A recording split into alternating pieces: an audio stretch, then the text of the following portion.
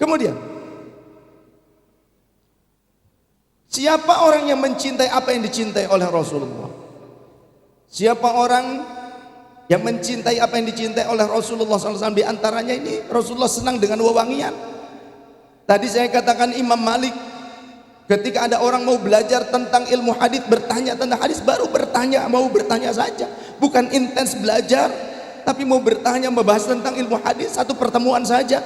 Imam Malik langsung mandi, kemudian menggunakan imamah. Imamah ini sunnah Rasul sallallahu alaihi wasallam, disukai oleh Rasul sallallahu alaihi wasallam. Kalau ada yang bertanya kenapa itu pecinya nyungcung, ya, makannya piknik, piknik. Kalau nggak piknik nggak paham, kurang gaul gitu loh. Kolan suah itu peci yang nyungcung seperti ini. Sisa peninggalan Rasul, pecinya nyungcung seperti ini, diikat dengan kain. Nah ini namanya imamah. Sorban itu ini.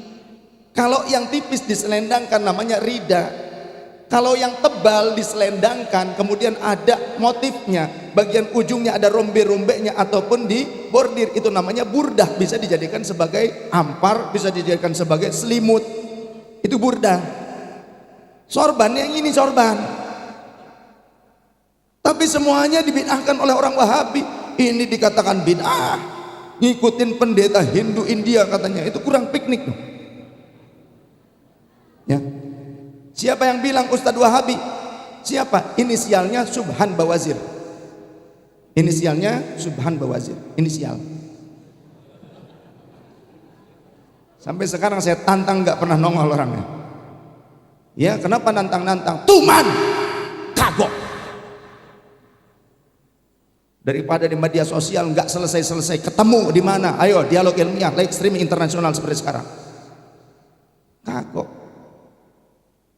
Karena saya sering datang ke pengajian Wahabi, bawa kitab satu mobil, ada LC S1, ada MA S2 Timur Tengah dari King Saud Riyadh. Ada juga pernah saya dengan Dr. Ummul Qura, Dr. S3 Ummul Qura Makkah. Pernah saya, termasuk di Mekah sendiri saya pernah debat dengan orang seperti itu, dengan mahasiswa S3 Ummul Qura. Tadinya bahkan ingin dengan dosen Ummul Qura'nya, tapi dilerai. Mereka selalu bilangnya agama bukan untuk diperdebatkan, tapi lu senangnya ngedebat orang, gitu kan? Jemaah yang dirahmati Allah Subhanahu wa taala. Mohon maaf saya harus tegas seperti ini. Ya, karena banyak sekarang itu orang-orang Wahabi, atau mungkin di Banten tidak banyak Wahabi tapi banyak Asrobi, Aswajar, Rosa Wahabi banyak. Betul. Kagok saya berani untuk dialog, hayo sok. Ngomong aswaja, tapi yang dibencinya ulama Ahlus Sunnah wal Jamaah. Lengketnya dengan ulama Wahabi. Karena apa? Lumayan duit ngocor terus. Bener gak? Dibantu tuh kocoran dana dari Saudi, dari Arab. Bukan katanya nyuka saya blok, bisa dibuktikan. Kagok lah. Orang mana sih? Orang Karawang. Tapi nenek saya juga orang Kasunyatan. Nenek saya Ratu Khadijah. Jadi saya gesarua orang Banten. Jadi orang teh dulur. Wayahna watawasaw bil haq watawasaw bis sabr. Bener? Lamun lain dulur anu ngelingan rek saha. Batur datang ka Banten ngacak-ngacak akidah orang Banten, sia daek we narima. Betul? Kosoang we. Dihareupeun nya tukang nyolodok sia.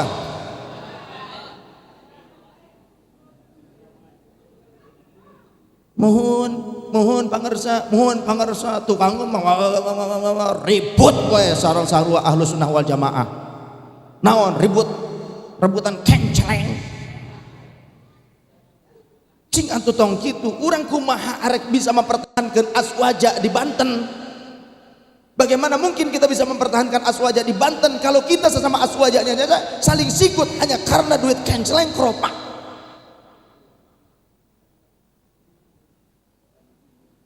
Dengekeun aku kebersihan. Wayahna.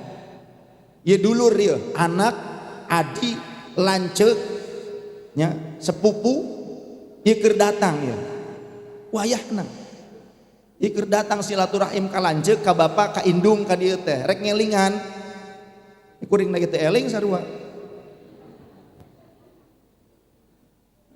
kan jadab tadi cenah gitu kan nyata hidup jadab lah lain dal padahal madzal jazab gelo majadzub akan wae gelo ge asal ulah karena gila dunia saja betul kalau gilanya karena Allah tidak masalah orang yang gila karena Allah itu dianjurkan lihat di dalam kitab Al-Hawi lil Fatawi karya Imam Jalil As-Suyuti juga lihat di dalam kitab Al-Adhkar Imam An-Nawawi entong anu gede-gede heula eta we kitab eta heula can hatam pantes internet wae tidak. Lihat di dalam kitab Al-Adhkar Imam An-Nawawi meriwayatkan hadits Rasul sallallahu alaihi wasallam juga dinukil oleh Imam Jalaluddin As-Suyuti hafizahullah di dalam kitab Al-Hawi lil Fatawi ada 2 jilid di mana baginda Rasul menyatakan uzkurullaha dzikran hatta yaqulul munafiquna innakum murauna berzikirlah kalian kepada Allah sehingga orang-orang munafik mengatakan kalian itu ria sedang ria zikir sholawat zikir ratiban zikir thariqah la ilaha illallah la ilaha illallah dianggap ria karena jahar padahal zikir jahar ini merupakan salah satu dari syariat Rasul sallallahu alaihi wasallam di antaranya dalam Sahih Bukhari nomor hadis 841 sahabat Abdullah bin Abbas radhiyallahu anhu menyatakan an raf'as sauti bidzikri hina yansarifun nas minal maktubati kana ala ahdi Nabi sallallahu alaihi wasallam sesungguhnya mengeraskan suara dengan zikir selesai salat fardu yang 5 waktu itu ada pada masa Nabi sallallahu alaihi wasallam riwayat berikutnya kuntu arifu in kita salat Nabi sallallahu alaihi wasallam idza sami'tu aku mengetahui selesainya baginda Rasul mengimami salat sahabat ketika aku yang berada di saf belakang mendengar suara zikiran Rasul sallallahu alaihi wasallam tidak ada speaker tidak ada pengeras suara sahabat Abdullah bin Abbas itu masih belia safnya berada di belakang akan tetapi zikiran Rasul yang ada di pengimaman sampai ke bagian belakang berarti jahar bilang bid'ah kafret bid'ah lagi lah muka kita juga bid'ah nggak ada stoknya sama Rasulullah bener gak? Quran Android ada gak sama Rasulullah? Barangkali ada hadis bahwa kana Nabi sallallahu alaihi wasallam yaftahu Qur'anan Androidan wa ismuhu Xiaomi adalah baginda Rasul senantiasa membuka lafaz kana disandingkan dengan asma Rasul ini menunjukkan tikror kebiasaan Rasul sallallahu alaihi wasallam membuka Al-Qur'an Android dan nama mushafnya mushaf Xiaomi ya ada tidak? Tidak ada gemar membid'ahkan tapi juga menggunakan Quran Android lepaskan leungeunna tina gadget ngomong bid'ah wae seperti tadi melantunkan Al-Quran dengan suara indah orang Wahabi mah teu beukieuan dibilang bid'ah MTQ itu produk Nahdlatul Ulama orang Banten anu resep yang senang dengan tilawatil Quran melakukan Al-Quran dengan indah dengan seni bacaan Al-Quran lamun teresep KNU berarti belagu sia betul tuh MTQ beki tapi KNU teu beki rek jadi Wahabi antung rok sok langsung tong kagok jadi asrobi aswaja rasul Wahabi Banten terkenal dengan ahlul qurra wal hufaz maka saya sarankan jangan hanya pada tahfidzul Quran saja tapi bagaimana memahami makna secara substansial karena penghafal Quran terbagi menjadi 3 kategori thumma awratna al-kitaba alladhina istafaina min ibadina wa minhum zalimun li nafsihi wa minhum muqtasid wa minhum sabiqun bil khairat biidznillah wallahu rasul alam bimuradi wa makna telah kami wariskan Alkitab ini kepada sebagian hamba-hamba kami yang terpilih tidak semua orang bisa hafal Al-Quran tapi jangan dulu kita bangga seperti itu kita hormati para hufad tapi para hufad tolong jangan bangga dengan hafalan anda syukuri nikmat yang ada syukuri apa yang hidup hanyalah jangan Teu apal. Sarua. Di antara mereka terbagi menjadi 3 kategori. Yang pertama, faminhum zalimun linafsi. Ada orang yang hafal Quran akan tetapi dia zalim terhadap dirinya. Maksudnya apa? Menanggalkan Al-Quran. Sebagaimana Rasulullah SAW menyatakan, mimma akhafu alaikum rajulun qara'al Quran hatta idza ruhiyat bahjatu alaih in fasakha anhu wa nabadahu wara'a dhahri.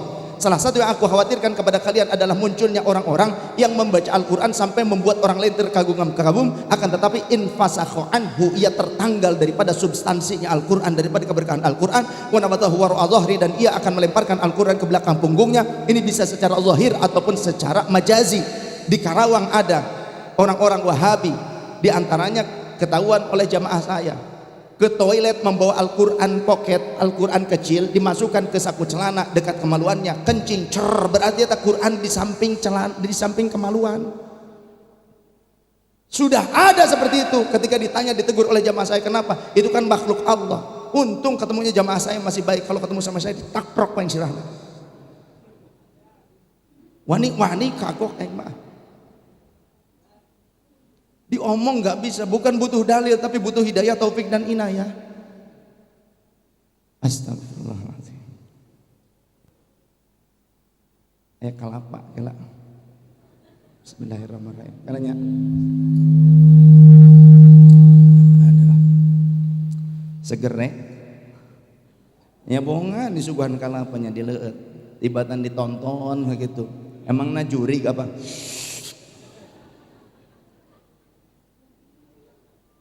Kemudian kita lanjutkan. Wa minhum muqtasid. Dan ada pula di dalam riwayat yang lain, yang pertama yang tadi, fa minhum zalimun li nafsi. Orang yang hafal Quran akan tetapi zalim.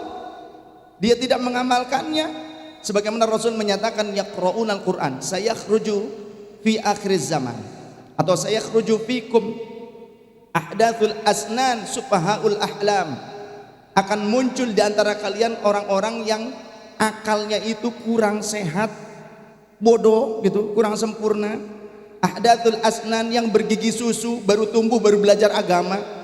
Yaqra'unal Quran, yang ia senantiasa membaca Al-Quran. Wa yaquluna min kalami khairil bariyah, dan bicara tentang hadis, kalimat Rasulullah, ucapan Rasulullah, sunnah Rasulullah SAW. Jadi selalu ngomongnya Quran sunnah, Quran sunnah, Quran sunnah. Akan tapi imanuhum hanajirohum, imannya hanya sebatas kerongkongan, hanya sebatas hafalan, hanya sebatas ucapan, hanya sebatas pidato, tausiah, ceramah doang, ngomong doang. Bisanya ngomong-ngomong, pandai pintar, memiliki kemampuan untuk bersilat lidah, retorika bahasa begitu indah, bisa menyihir orang, karena memang balaghah itu mengandung sihir kata Rasul. Bukan berarti sihir santet. Balaghah itu bisa menyihir akal orang lain. Al-hadits. Akan tetapi imannya hanya sebatas kerongkongannya saja. Dia mudah untuk mengkafirkan orang lain. Bahkan ketika para sahabat bertanya, ya Rasulullah, ayyuhuma aula bisyirki, siapa di antara keduanya yang lebih pantas disebut syirik, al-murma awir rami, yang dituduh apa yang menuduh? Rasulullah menjawab ar-rami, yang menuduh lebih pantas disebut syirik, walaupun hafal Quran, walaupun mengagumkan orang lain, ngomongnya sunnah, Quran sunnah, tapi ketika dia mudah mengkafirkan, mensyirik-syirikan orang lain, dia pantas disebut sebagai orang yang syirik. Karena apa? Ketika menyatakan syirik berarti mengatakan kafir kepada orang lain. Man kafara li akhihi, siapa orang yang mengkafirkan saudara muslimnya, balik kekafiran kepada dirinya. Sekarang yang dikafirkan yang ulama, disebut ulama NU, ulama PKI, ulama NU disebut ulama liberal, ulama sesat, ulama zindik, ahli bid'ah. Pantas orang non muslim bilang ke saya, Pak De, kenapa sih orang muslim selalu memanggil kami itu hei kafir? Masih mending om. Kenapa? Kita ini bukan cuma disebut kafir, kita disebut PKI, liberal, zindik, ya, khurafat, ahli bid'ah, sesat, syiah. Wah, udah lengkap. Oh gitu ya. Saya nggak jadi deh masuk Islam. Kenapa om? Ya saya kalau masuk Islam berarti nanti label saya banyak banget, lebih daripada kafir doang, katanya begitu. Makanya Kalau dulu Wali Songo datang membawa Islam dengan akhlak, dengan budi pekerti, termasuk Kanjeng Sultan Hasanuddin, membawa Islam itu dengan akhlak mulia, dengan budaya, menghormati budaya juga. Jadi kalau di sini merasa keturunan dari Sultan Hasanuddin atau menjadi warga Banten, maka jaga akidah Ahlus Sunnah wal Jamaah, jaga visi misi dari Sultan Banten, dari Kanjeng Sultan Hasanuddin, dari para ulama, para aulia Banten.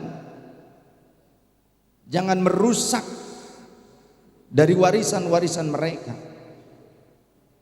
Ya. Kita kembali, sahabatku yang dirahmati Allah Subhanahu wa taala.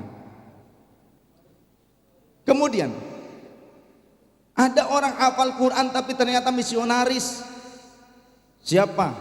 Ke Indonesia datang Snok Horgronya. Dia berganti nama menjadi Syekh Abdul Ghaffar. Kemudian di Arab ada orang Inggris namanya Lawrence, nama lainnya Hampers. Dia berganti nama menjadi Syekh Al-Majmu'i. Dia kemudian membuat doktrin-doktrin yang kemudian memicu sebagian daripada orang Baduy untuk memberontak. Dia juga membuat doktrin untuk merusak agama Islam dengan doktrin tidak ada dari Rasul, syiriklah, kafirlah, bid'ah, yang kemudian muncul pemberontakan Ibnu Saud di Hijaz, kemudian Syarif Hussein digulingkan.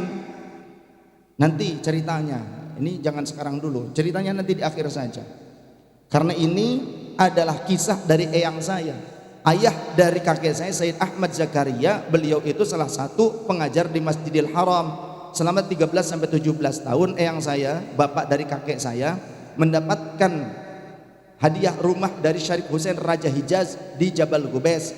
Salah satu muridnya adalah Syekh Yasin Al-Fadani. Maka di dalam kitab Thabat Syekh Yasin Al-Fadani ada nama Syekh Ahmad Zakaria. Itu eyang saya. Beliau pelaku sejarah di mana beliau berperang di Hijaz melawan tentara Inggris dan pemberontak dari Najd. Nanti ceritanya. Nggak tahu sampai jam berapa ini, pokoknya nanti aja menjelang subuh. Saya yang nggak siap. Kita kembali lagi, kita tarik benang. Imam Malik kemudian bukan hanya menggunakan imamah, bukan hanya menggunakan baju yang baru yang dari lemari, maka kemudian Imam Malik membakar bukhur sampai selesai pembahasan hadis. Jadi bukhur ini sunnah Rasul sallallahu alaihi wasallam, sunnah para sahabat, juga diamalkan oleh para ulama ahli hadis. Jadi kalau mau ngomong tentang sunnah Rasul, ini juga sunnah Rasul nih, bukan syirik. Nanti beres ngaji saya mau dikasih hadiah ini, ngarep.com. Membenci apa yang dibenci Rasul? Pertikaian umat ini dibenci oleh Rasul. Pertikaian umat ini dibenci oleh Rasul. Jangan kita sampai bertikai satu sama lain, saling bermusuhan, apalagi dengan dalih atas nama agama. Agama yang mana yang mengajarkan kita untuk bertikai? Bahkan kita satu agama sesama muslim. Padahal Rasulullah membawa Islam ke Madinah, ke Yathrib. Di Yathrib ada suku Aus dan Khazraj yang sekian ratus tahun berperang terus. Rasul membawa Islam tidak untuk memaksa orang lain masuk Islam, tapi Rasul datang juga mempersatukan suku Aus dan Khazraj menjadi saudara, walaupun di antara mereka ada yang belum menganut Islam, tidak dipaksakan. Bahkan Rasulullah punya pembantu seorang pemuda Yahudi. Rasul tidak pernah memaksa pemuda Yahudi itu untuk masuk Islam. Tapi di akhir hayatnya, menjelang akhir hayatnya, pemuda Yahudi itu akhirnya dengan keinginannya, dengan ketulusannya, dia mau masuk ke dalam Islam tanpa ada paksaan dari Rasulullah sallallahu alaihi wasallam. Rasulullah juga membuat piagam Yathrib. Apa itu piagam Yathrib? Piagam Madinah, klausul tentang kesepakatan bersama, undang-undang yang harus dipatuhi bersama untuk seluruh warga Yathrib. Siapa warga Yathrib yang dimaksud? Muslim, Yahudi, Nasrani, Majusi.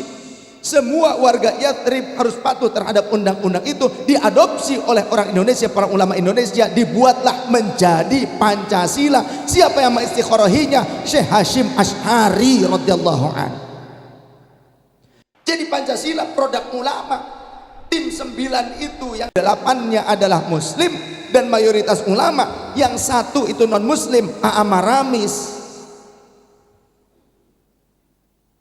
Minta petunjuknya mereka kepada Mbah Hashim Asy'ari, 3 hari diistiqorohi. Maka Rasulullah SAW datang dalam mimpi Mbah Hashim Asy'ari menyatakan, ini yang terbaik untuk bangsamu saat ini dan untuk yang akan datang. Jadi harus tahu sejarah. Jadi kalau ngomong-ngomong Ahlussunnah wal Jamaah tapi tidak menerima Pancasila, pekak ndak sesira. Apa bedanya dengan piagam Yathrib? Pelajari dulu ketuhanan yang Maha Esa, qul huwallahu ahad, kemanusiaan yang adil dan beradab, innallaha ya'muru bil adli wal ihsan. Kan Quran. Persatuan Indonesia, wa'tasimu bihablillah jami'a wa la tafarraqu. Apa bedanya dengan isi kandungan Al-Quran? Kerakyatan yang dipimpin oleh hikmat kebijaksanaan dalam permusyawaratan perwakilan, wa amruhum syura bainahum.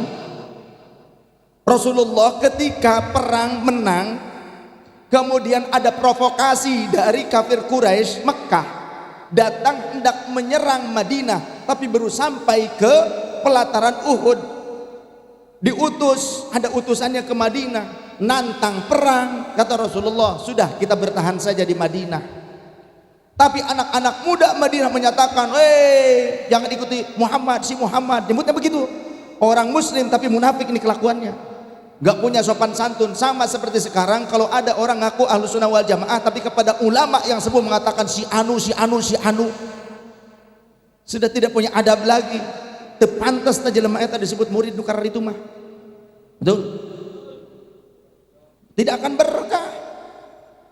Kemudian akhirnya karena banyak sekali anak-anak muda Madinah itu mengatakan Muhammad sudah tua sih, sudahlah gak usah ikutin apa kata Muhammad, kita lanjut saja, kita masih kuat, kita yakin kita menang. Maka turun ini ayat, Rasulullah diperintahkan untuk bermusyawarah. Sekelas Rasul dapat wahyu, petunjuknya dari Allah. Lah kita paling juga namanya Muhammad Wahyudin, ngesok-sokan, tedaik musyawarah. Tetap Rasulullah diperintahkan musyawarah, maka dikumpulkan. Kalau sahabat-sahabat senior, sahabat-sahabat yang alim, sami'na wa ata'na,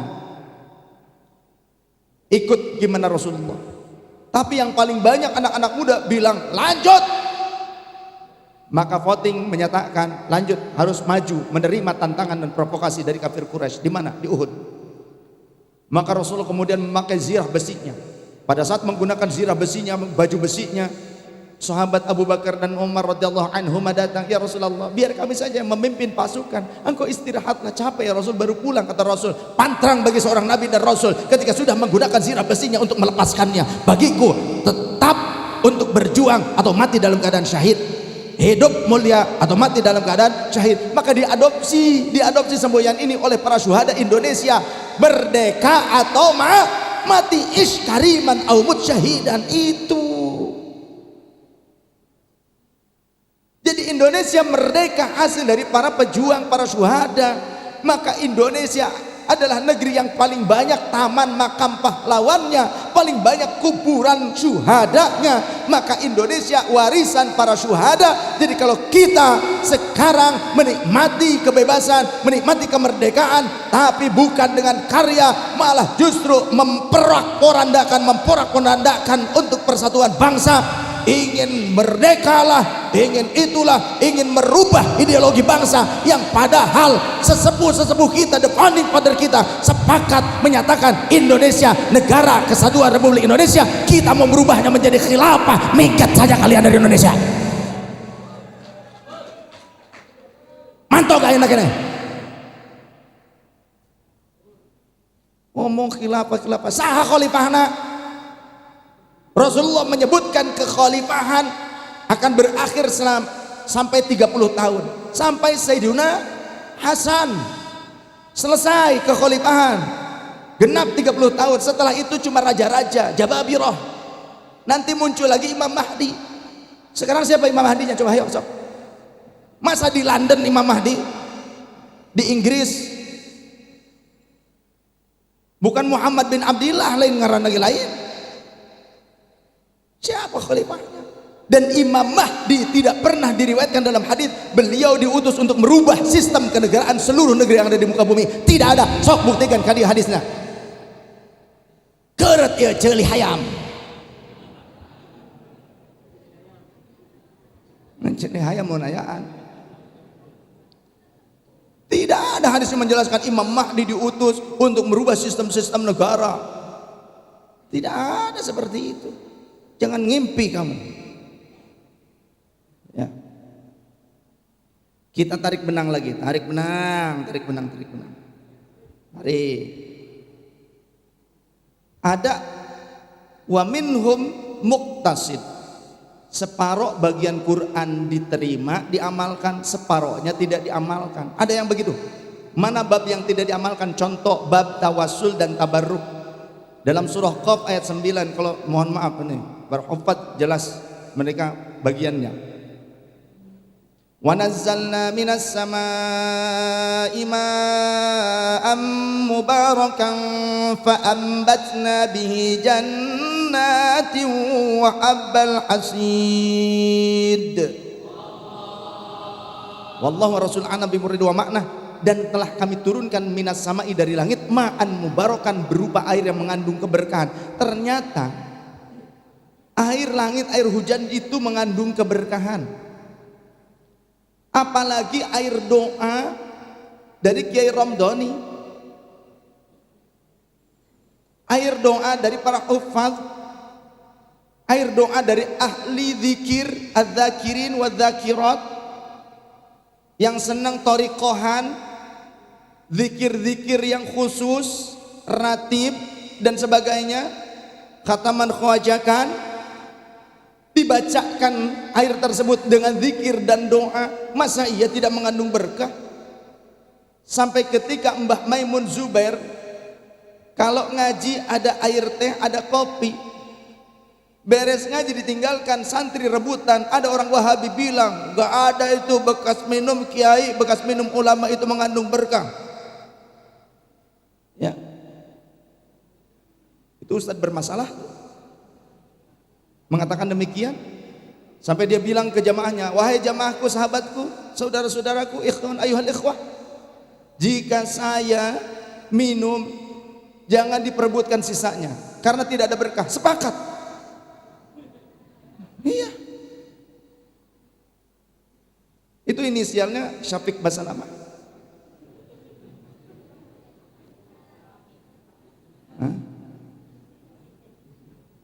Ya seperti itu. Katanya tidak ada berkah. Saya sepakat, bekas Anda tidak berkah, tapi Mbah Maimun Zubair bekasnya berkah. Betul? Sepakat tidak? Yang tidak sepakat pulang saja. Daripada panas jeli. Jangankan bekas ulama, di dalam sebuah riwayat yang valid, yang kuat riwayatnya, Rasul sallallahu alaihi wasallam pernah singgah bersama para sahabat di sebuah negeri bekas negeri Sabah. Ya. Bekas negeri Samud. Min ardi Samud. Di suatu tempat bekas kaum Samud. Siapa sih kaum Samud itu? Kaum Nabi siapa? Nabi Saleh alaihi salam. Ketika para sahabat itu membuat adonan roti gandum, ditanya sama Rasul, dari mana kalian mendapatkan air untuk mencampur membuat adonan ini? Kata para sahabat, min bi'ri Thamud ya Rasulullah, dari sumur bekas kaum Samud ya Rasul. Kata Rasul, buang. Sekarang kalian berikan adonan itu untuk unta-unta kalian, kendaraan kalian, untuk tunggangan kalian. Berikan makan kuda kalian, unta kalian. Berikan makan ke unta, ke kuda saja. Jangan dimakan oleh kalian. Sekarang kalian kemudian ambil air dari kubangan air bekas untanya Nabi Soleh. bekas untaknya Nabi Soleh, ambil dari situ, konsumsi, minum oleh kalian, dan gunakan untuk mengaduk adonan roti kalian. Unta, bekas unta Nabi Soleh, bukan bekas orang soleh, ya kan? Baru bekas unta. Nah ini perlu kita pelajari, itu hadis loh, valid, kuat keterangannya, secara sanad kuat. Maka jangan sampai kita menjadi orang yang ngaku kembali pada Al-Quran dan Sunnah jargonnya, akan tetapi kita sendiri menjadi ingkarus sunnah wal Quran. Wa nazzalna minas sama'i ma'an mubarakan fa ambatna bihi jannati wa habbal hasid. Kami turunkan dari langit ini air yang mengandung keberkahan, dan kami tumbuhkan bihi fa ambatna, maka kami tumbuhkan bihi dengan wasilah. Bihi ini rujuknya kemana? Ke ma'an mubarakan. Artinya ini mengandung makna dengan wasilah air hujan tersebut kami tumbuhkan jannatin wa habbal hasid, perkebunan yang rindang dan juga biji-bijian yang dipanen, yang diketam, padi, gandum, kacang-kacangan, jagung.